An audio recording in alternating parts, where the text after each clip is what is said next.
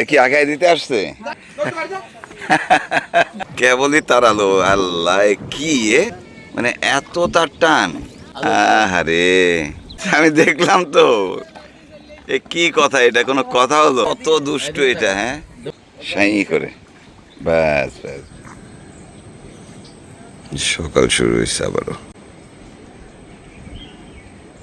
শুভ সকাল, আমন্ত্রণ সবাইকে। সুন্দরবন উপকূলের ঢাংমারি থেকে বলছি। স্বামী স্ত্রী একসাথে বেরিয়েছে। এরা খুব ভালো লোক।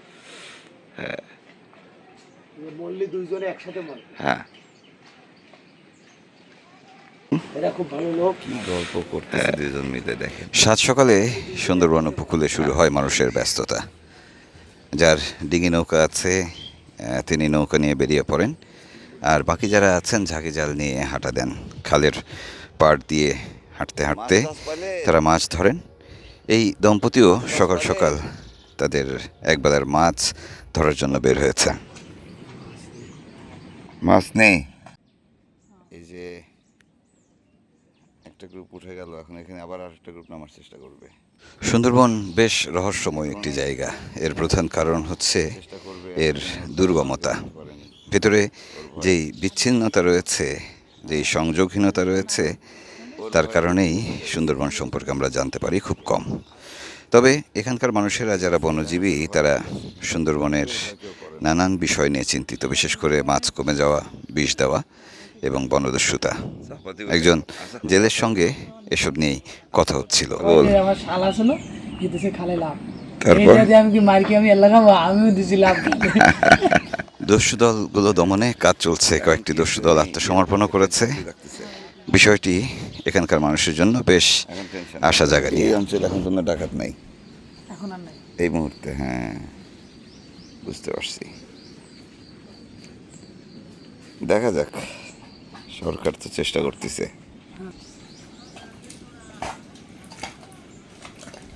ওরে কি গল্প করে জামাই বউ নৌকায় বসে। হ্যাঁ, তাহলে নিশ্চয়ই জামাই বউ।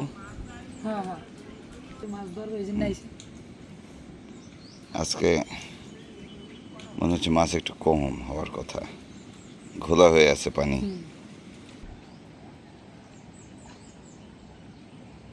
মাছ ধরলেন না? মাছ হচ্ছে না? তাহলে তো বিপদ। দস্যুতা থাকুক কিংবা অন্য কোনো ঝুঁকি, এখানকার মানুষদের নদীতে নামতেই হয়, সুন্দরবনে যেতেই হয়। আর সেই যাওয়ার ভেতরে থাকে অনেক ঝুঁকি। তো সেই ঝুঁকিগুলো তারা কি করে মোকাবেলা করেন? একটি বিষয় অনেক দিন ধরে আমরা শুনে আসছি যে সুন্দরবনে গুণিনরা আছেন, যারা মন্ত্রতন্ত্র দিয়ে বাঘ, কুমির কিংবা অন্যান্য বিপদকে নিয়ন্ত্রণে আনেন। এই জেলের মুখে শুনছিলাম এমন একজন গুণিনের কথা। কি করে এরা? ওর বাবা হয়। ও আচ্ছা আচ্ছা আচ্ছা, কি করে সে? মন্ত্র পড়ে? মন্ত্র পড়ে, ফলে মনে করেন যে এই কুমির এবার আর থাকবে না। মনে করেন একটা এরিয়া আছে দেওয়া হইতে, এদিকেও একটা এরিয়া থাকে, হুম, এর ভিতরে আর আসবে না, থাকলে ওই করে যাবে। এটা হয়? হুম, কাজ করে? দেখি তো কাজ করে। বেশ। হ্যাঁ, না ওরা জানি না। হ্যাঁ, তাহলে তো যদি কাজ না হইতো তাহলে তো না, তো কাজ হলে তো তাহলে তার ডিমান্ড থাকতো সবচেয়ে বেশি। সে সারা পুরো সুন্দরবন খালি মন্ত্র পড়ে বেড়াতো আর টাকা খাইতো। আমি দেখছি এরকম ওই সুন্দরবনে বাঘ নৌকার আশেপাশে যে ঘরে, তখন নৌকার দ্বারা আসে না। এটা তুমি দেখছো? হ্যাঁ, এরকম লোকও আছে। সে তো গুণিন, হ্যাঁ, ওই হেরাই। এখনো আছে এরকম লোক। হ্যাঁ, ওই যে লোকের কথা বললাম হলো, প্রায় মানুষই মানে এই বাঘের মন্ত্র সবাই প্রায় জানে, যেন নৌকার গায়ে যেন না আসতে পারে। নৌকার গায়ে যেন না আসে। ডাকাতের মন্ত্র তো আবিষ্কার হয়নি। দাদা যাই, একই একই একই। ও মাছ মাছ, ও আচ্ছা আচ্ছা। কোন জায়গায় যাচ্ছে মাছ ধরতে? কোত্থেকে মাছ দেখলো সে? ডাকলেও শুনবে না। না, ভালো, এরকম কিছু লোক থাকা ভালো। ওরা ওগো কাকা না, এই কুমিরে লেজ বাড়ি দিচ্ছে। ওই একই গোষ্ঠী না? ওই যে কর্ণাট থেকে ওই যে আল্লাহ, তো তাহলে এই মন্ত্র কাজ করলো কই? তো সে সময় কেউ ছিল না। না, সে বলতেছে যে মন্ত্র নাকি কাজ করে, যে করে। হ্যাঁ, কুমির আশেপাশে আসবে না। হ্যাঁ, তাই বললাম যে তাহলে এত মন্ত্র যদি পারে সে। বললাম না, তাহলে তার তো আর নদীতে নামা লাগে না, সে খালি মন্ত্র পড়ে বেড়াবে মাঝে পুরো। একদিন কুমির এটা ভাষাই রাখছে, আমার তো সেই লোক দরকার, সে লোকের সাথে একটু দেখা না করলে হবে না। সেই জিনিসটা সাকিব। দেখতে হবে। না ওটা না দেখলাম, কুমির পাবো কই এখন, কিন্তু ওই লোকটা কুমির অন্তত, লাগবে, নাইলে হবে না। না লোকটাকে তো দেখা যাবে। হ্যাঁ, হ্যাঁ। হ্যাঁ সেই লোকটাকে, সঞ্জয় বাবা সঞ্জীবের বাবা, হ্যাঁ শুনছে উনিই করে, বিশু কাকাও পারে। ওই হেরাও বাইন, সব একই বাইন। সুন্দরবন থেকে একবার ওই নিয়ে আইছিল না, ওই কি দক্ষিণ রায়, হ্যাঁ হ্যাঁ হ্যাঁ, ওই ওই যে বনবিবির দক্ষিণ রায়। যাদব বাইন ছিল ওনাকে পূর্বপুরুষেরা, বলে ওই হাড়ির ভিতরে বলে ধরে নিয়ে আইছিল। কি বাঘ? ভিতরে ধরে, হ্যাঁ ওই দক্ষিণ রায় ধরে নিয়েছিল, মানে এত বড় ওস্তাদ ছিল তিনি। পরে ওই আনছে, আনার পরে বাড়ি আনছিল, আনার পরে আমার সারি দেয়, তাই তোরা ছাড়বো না, তাই তো ওরা তুই যদি আমার সারি দিস তা তোকে বাইনে গোস, যত বাইনের গোষ্ঠী হবে জীবন কোনদিন বাইনেরা জঙ্গলে আইলে যদি 7টা বাঘের সামনে করে তা কিছু করে না। হবে না, হ্যাঁ বাইনেও কোনদিন বাঘে ধরছে, বহুত মানুষ মরছে জায়গায়। তাহলে বাইন ফ্যামিলির কেউ বাঘের আক্রমণের শিকার হয়নি। তো তার তো তাহলে আর শহরে থাকার দরকার নেই, লোকালে থাকার দরকার নেই, জঙ্গলে থাকলেই পারে। ও ভাই, ওই সুন্দরবনে ভিডিও বিরাট ইয়ের গল্প শুনলাম ভাই, শুনতেছি ওর কাছে, গুনিনের গল্প।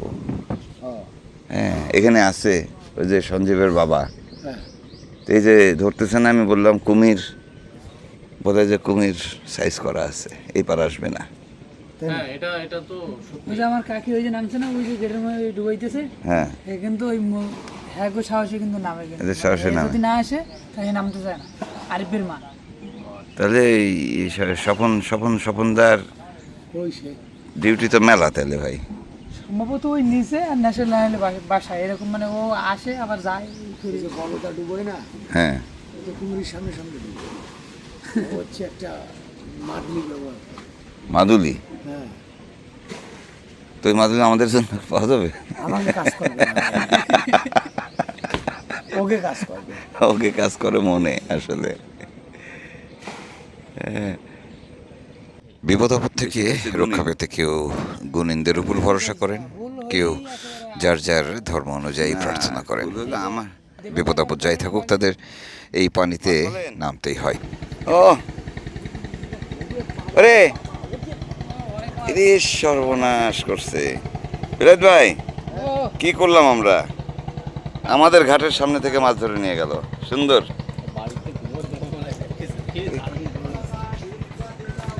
ওরে বাবা, সে দৌড়ে এসে খেয়াও দিয়ে আবার চলে গেল। সাকিব, আমার মনে হয় সে বাড়ি থেকে হ্যাঁ ঘুমের ঘরে দেখছে এখানে মাছ আছে, মাছ আছে। এক দৌড়ে আসলো, হ্যাঁ একটা খেয়াও দিয়ে চলে গেল। বুঝলেন ভাই? আর একটা জিনিস হতে পারে, তারা খেয়ে আসছে। এতক্ষণ শুনছিলেন বনোপকূলের মানুষদের কথা। মানুষদের জীবন এখানে চলে তাদের মতো করে, লবণের জীবন বলে কথা। সেই সাথে নানা রকমের প্রাকৃতিক বৈরিতাও রয়েছে, সাথে রয়েছে পুঁজি না থাকা থেকে শুরু করে নানান রকমের প্রতিবন্ধকতা। তারপরেও সেই মানুষগুলো হাসি মুখে থাকে, এটি দেখে সবচেয়ে বেশি ভালো লাগে আমার। যাই হোক, মানুষের গল্প শুনতে শুনতে হঠাৎ করেই সামনে এসে একটি কুকুর দাঁড়ালো, পোষা কুকুর, এবং সেই কুকুরেরই গল্প শুনবেন আজ। এ কি আগায় দিতে আসছে? যা এ হে,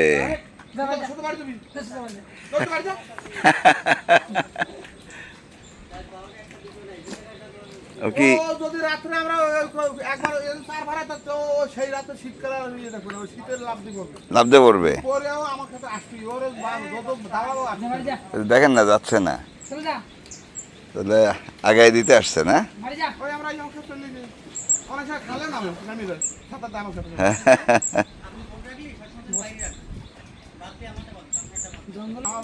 আইজুল, আমার দাদাকে তুমি এভাবে ধাক্কা দিচ্ছ কেন? হ্যাঁ, ওরে বাবা, উনি গালি দে কানে শুনে না, কানে ওর মেশিন দেয়, মেশিন। পরের বুদ্ধিতে ভাবলাম তুই করো না, নৌকা নিয়ে আসেন, এটা না এটা না, এতে হবে না। বাবা ছেলে 1-2 দিনের বাজার করে নৌকা নিয়ে নেমে যাচ্ছে নদীতে। তো তাদেরই পোষা কুকুরটি এসছে বিদায় দিতে।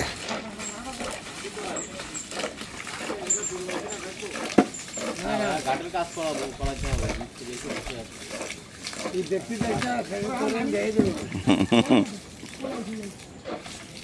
এই উপরে বাঁধলেন জঙ্গল জঙ্গল জীবন শুরু হচ্ছে, মানে খালে যাবে তারা, বনের ভিতরে না।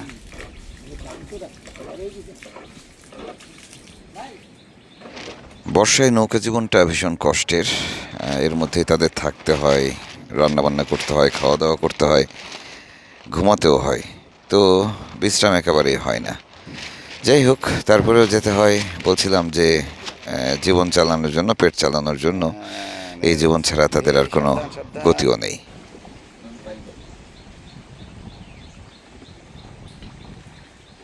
ট্রলারটা না থাকলে কি সুন্দর করে নামতো তারা, সাই করে। ব্যাস ব্যাস ব্যাস,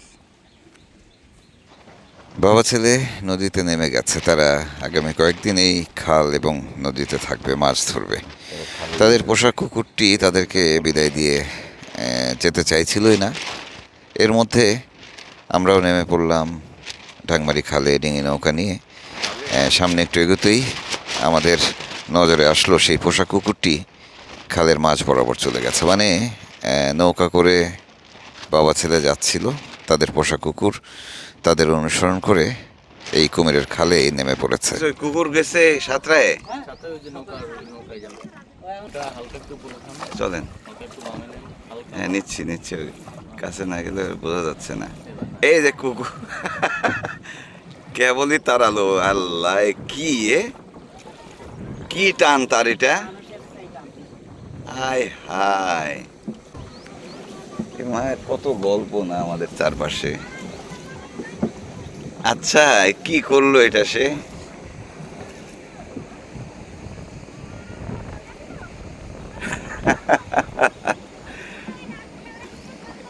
এ কেমন?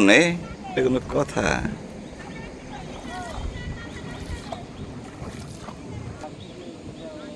ও আবার ও যাচ্ছে না কাছে, যে আবার যদি তারে ইয়ে করে দেয়, মানে এত তার টান।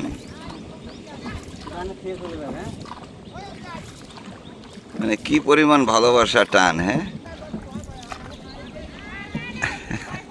ডাক মাইরো না, আদর করো। আরে আয় রে, আমি দেখলাম তো। এ কি কথা? এটা কোনো কথা হলো? একটা কথা হলো এটা? হ্যাঁ, সুন্দরবন নিয়ে গেলে হবে কি করে? তাই বাঘের সাথে যুদ্ধ করার জন্য? হ্যাঁ, বাঘ সামনে পড়লে আবার এ কোনো কথা? আপনার কথা শুনলো না তো। দেন, বকা দেন। আমরা একটু মাইরে দিই, বদমাইশ। কত দুষ্টু এটা! হ্যাঁ, দেবো দেবো একটা এত টান, এত টান! আল্লাহ, তো জান ওই পার রেখে আসেন। বাসায় বাসায় দিয়ে আসো, রিস্ক নিও না। ভালো আছেন আপনি? এই কুমির টুমির কি করতেছেন আপনার? কুমির ভরা তো এই খাল। হ্যাঁ, তা আপনাকে না লেজে বাড়ি দিল কুমির? লেজে বাড়ি দেওয়ার বিষয়টাকে খুব গুরুত্ব দিয়ে দেখছে না এখানকার মানুষেরা, আর তার প্রমাণ সামনে দেখছি। যাই হোক, আমরা ডিঙি নৌকা বেয়ে এগুচ্ছি। কেউ ঝাঁকি জাল দিয়ে মাছ ধরছেন, কেউ তিনকোনা নেটের জাল দিয়ে পোনা ধরার চেষ্টা করছেন। ও লেজের বাড়ি মারছে ও নিজে নিজে, তো আবারও নামছেন। ভয় লাগে না? আজব কাহিনী। ইস রে, মানে কন্ট্রোলে রাখবেন, কথা বলতে বলতে ধীরে ধীরে ধীরে ধীরে ওনারা আবার ব্যাক করুক, অসুবিধা নেই। ক্রস করে চলে যাবো আস্তে আস্তে। আস্তে আস্তে। এমনি কি পোনা পাচ্ছেন আপনারা? কানে কম শুনলে অনেক সুবিধা আছে, আশপাশ দিয়ে বাঘ ভাল্লুক গেলেও টেনশন নেই। বেশি পানিতে ডুবে থাকতে পারেনি। ইনারে না 2-3 বছর আগে বাড়ি মারলো। বাড়ি মারছিল ইনার সঞ্জীবী ছোট কাকারে। ছোট কাকারে? আচ্ছা, এইখানে পুঁতে ফেলছিল, এইখানে মাটির ভিতরে মাথা ঢুকে গেছে। বাবা, পোনা পাচ্ছেন? কুমিরের ভয় করে না? কিন্তু পরোয়াই করে না। কালকে একজন বলতেছে যে কুমির নাকি তাদের চেনা পরিচিত। এদিক দিয়ে হাঁটতে গেলে, নৌকা বেয়ে ঘুরতে গেলে যাদের সাথে দেখা হয় তাদের প্রত্যেকেরই কম বেশি কুমিরের সাথে দেখা হওয়ার অভিজ্ঞতা রয়েছে। কারো কারো বাঘের সাথে দেখা হওয়ারও অভিজ্ঞতা রয়েছে। এত ভয়ঙ্কর জীবন, তারপরেও এই মানুষেরা মনে হয় বাঘ কুমিরকে খুব একটা পরোয়া করে না। কুমিরটা কত বড় ছিল? কত বড় ছিল? বড় বড় কুমির।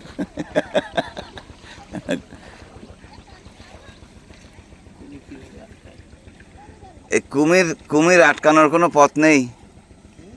বললাম কুমির আটকানোর কোনো পথ নাই, এদিকে কোনো গুণিন নাই, কেউ গুণিনরা কাজ করতে পারে না? তা করে মানে ইয়ে খিলন দিয়ে দেয়, মন্ত্র পড়ে দেয়। ইনার পাখি ও আচ্ছা আচ্ছা, সেটা কি? সঞ্জীবের মাল সামনে। ঠিক আছে ঠিক আছে ঠিক আছে, ভালো করে কাঁকড়া ধরে আসো।